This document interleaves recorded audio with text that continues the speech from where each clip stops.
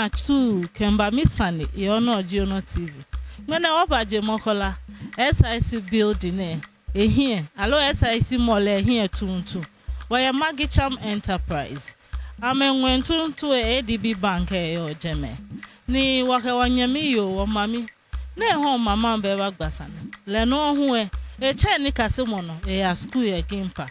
Ifite nya bekura obachi wo benkele ni wa hanu wasane baya no. Afoley Laryea. Biane wachi wo benkele. Ewo ufane wabasumo nu walogbe. Ufane acho me Victoria Aryee. Shingangbeji Naa Kwartey Kaa kwoti. Ni ke wongbasane otro mi ake ogbe ake ona ji oni ngbe wo. Wabasumo no ogbula da. Ake ina gbe ni wo mi papa mami gbe kun papa me ame ho ame ya ame lineage name ame gbe ni ame wo ke kweke jana kan gbe le kun chocho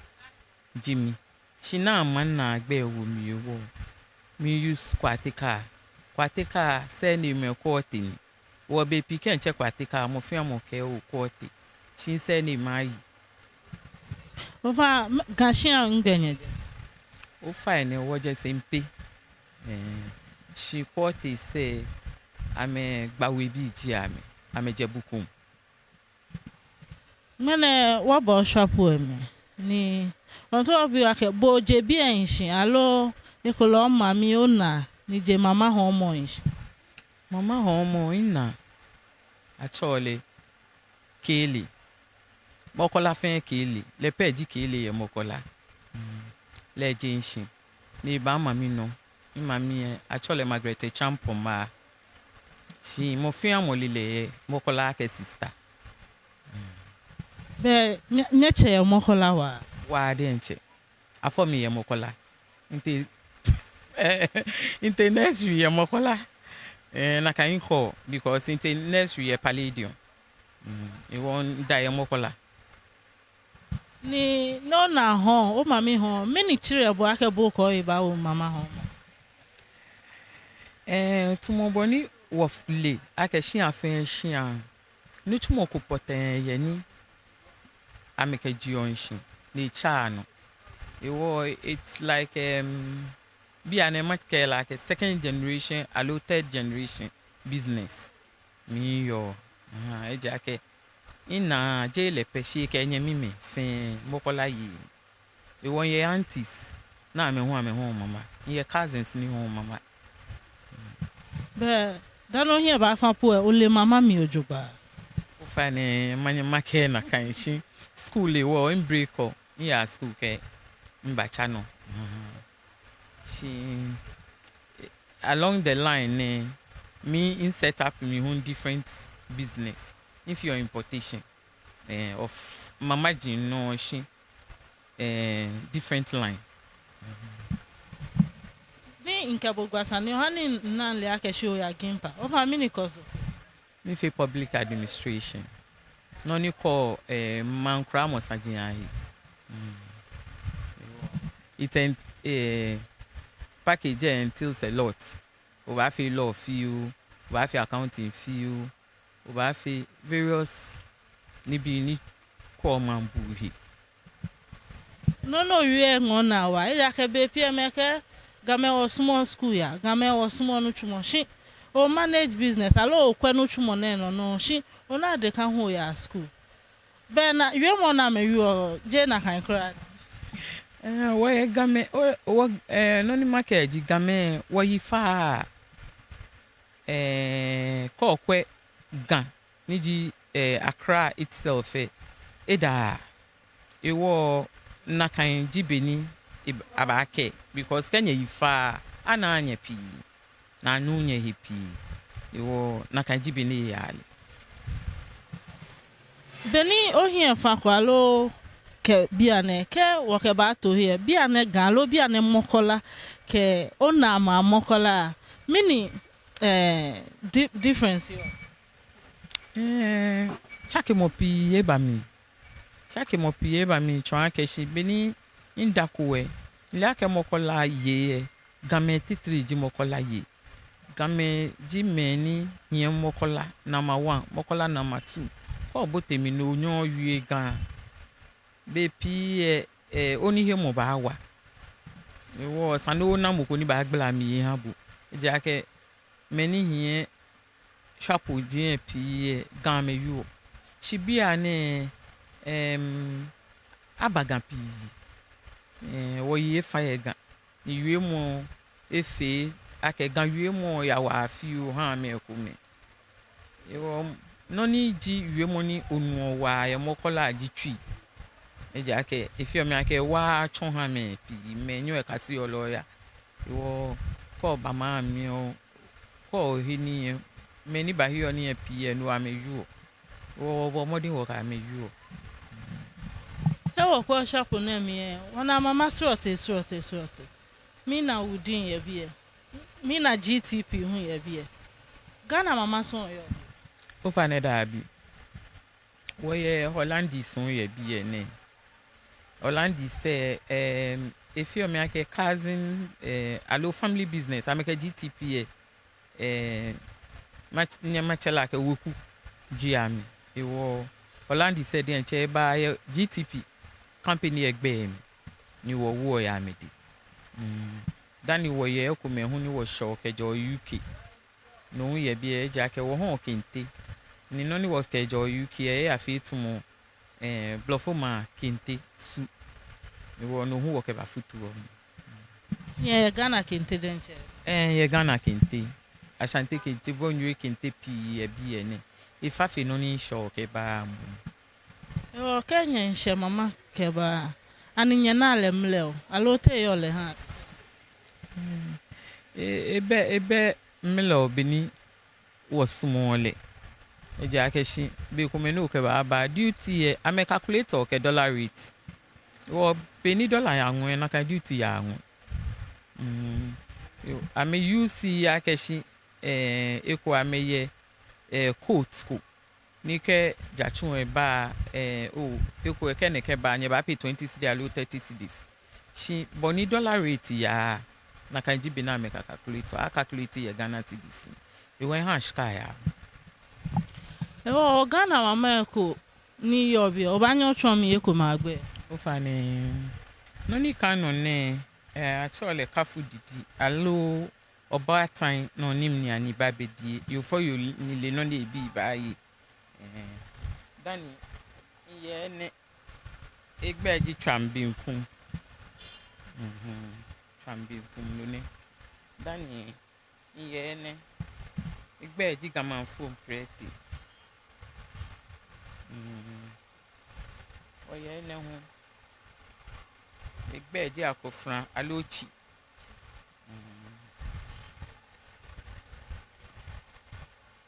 ine hu ye achole sika won taba alo lo fun wo ye ne hu achole koto kada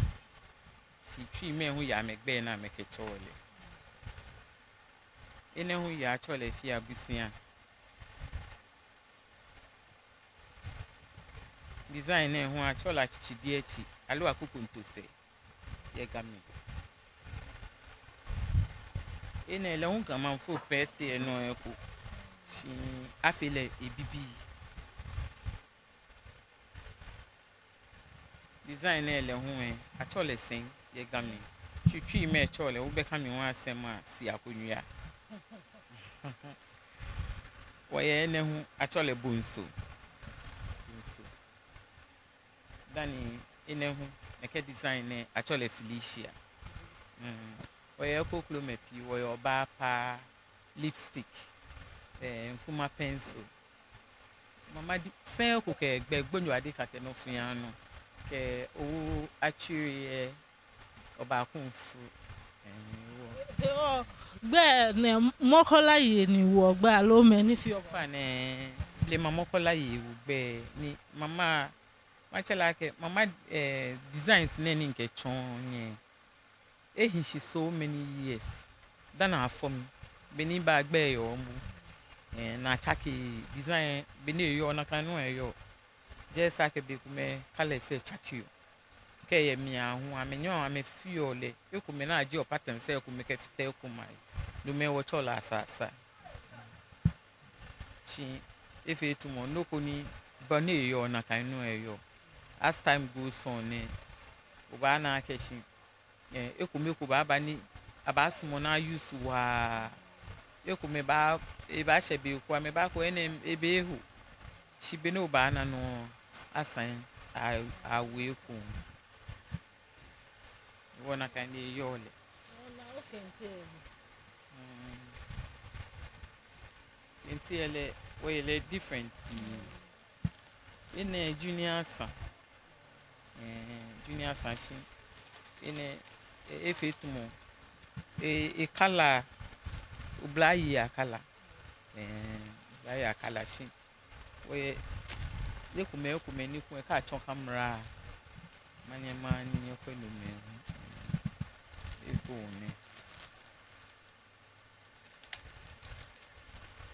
Dani wo ye ne me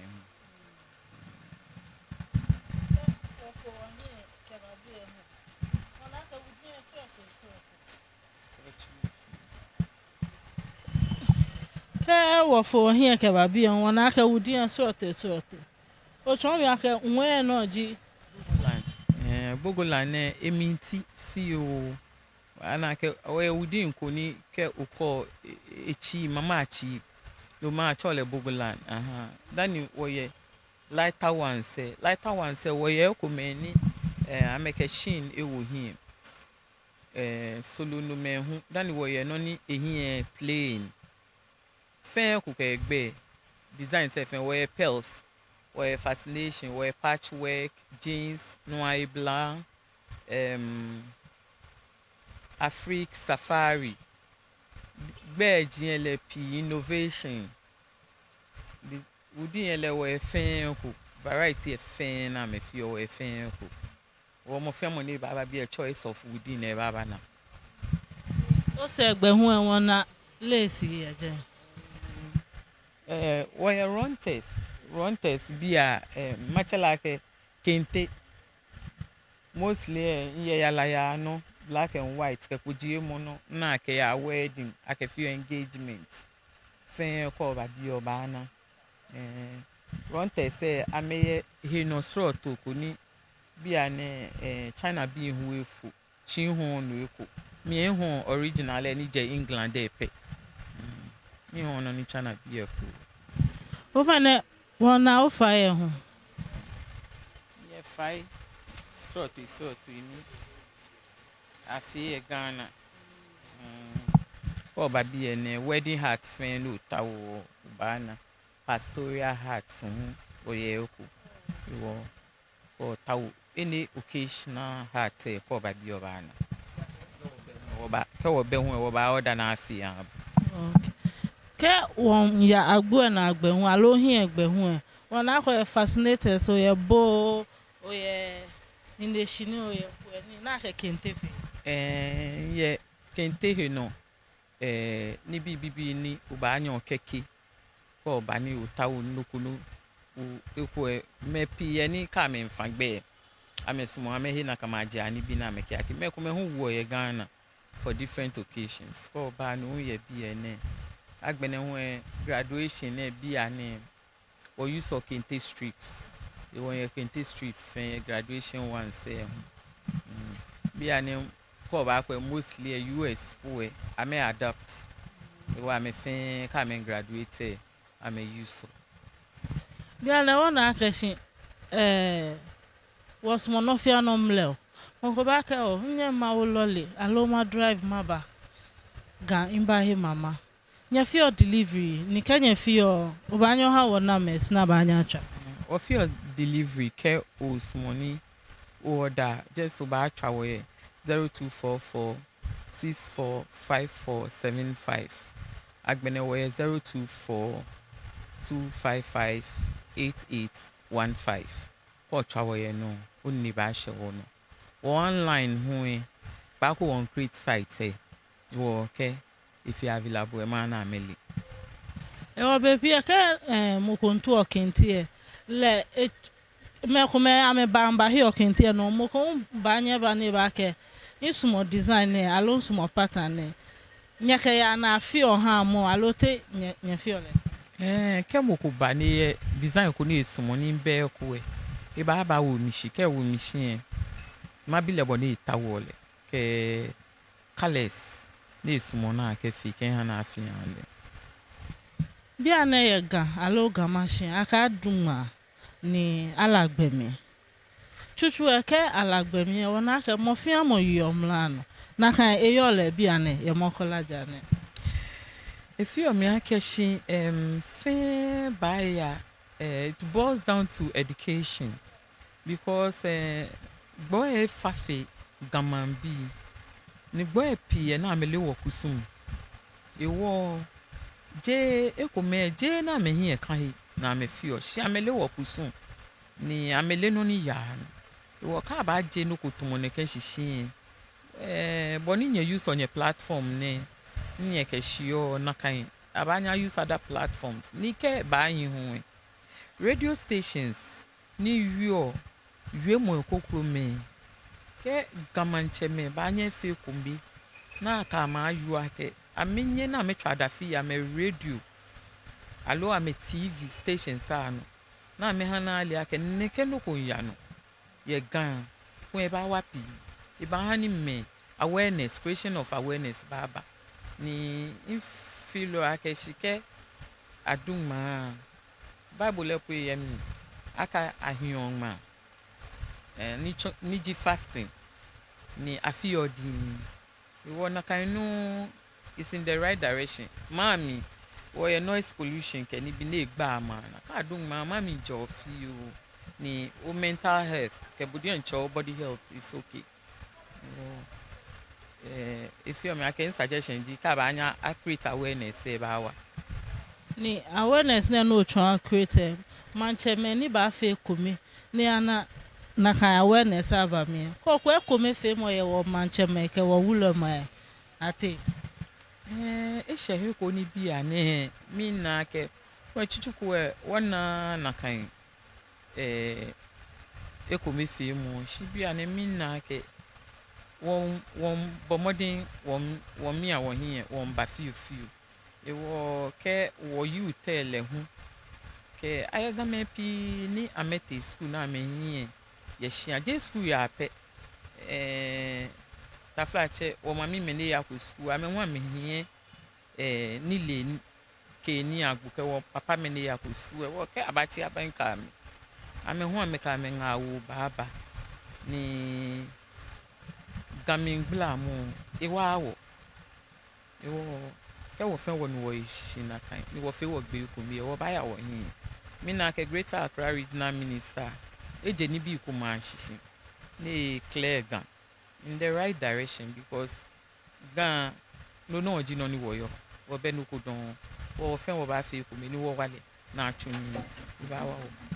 mi ana be ko me ko wo oblain wole no no ba fe ekule fe na fi o emu he function e fe na fi emu he function e akase etu fi o nya etu e kase ni pe fi o nya etu e atu ni ha mo ko hu na meninga wo ke ba wo menu wo je no mo su mo ma na ameli ake che no fi no aje shishi gbe ko mi no fi no ba aje nshi e ba take time machala ke ko obote ni chumo he mi min neke imbote ni chumo sort ya no je mama ho mo pe shida na no ni nko heji ni chumo fe ni chumo no majenshi iha hi afi 3 years noji in foundation based type ewo dani ona ni ba mashi ojuba jafta afi etense dani ba no shidam ewo ko je no ko shishi ni oyo hie kra ke ko me do amu konklo mi oyo hie kra me yele onye ona shifi mo ye no ko mi o fi anu lo ba je ishi sani o ke sole mo hu achahi ni ofo ya ke ni ne ni je ishi mahane edomoshi ke o ke shifi mo ke nyumo fata ye ibahi ora don wa akeshi Obede ka show na be look a work basande. Wonder bush. You mean that you are done? Yo, one Daniel she. Akeshinya hebi. Nyekwa Misane Onor TV. Ano yo sane kono otu oke wagba. Unu chumo Misane. Shinle Misane. Kwa telephone no 0243 506062. Oh baba ukuchomi no yo. Atale na ni nwe ke febo for mi no pe Afoley clothing ye Facebook.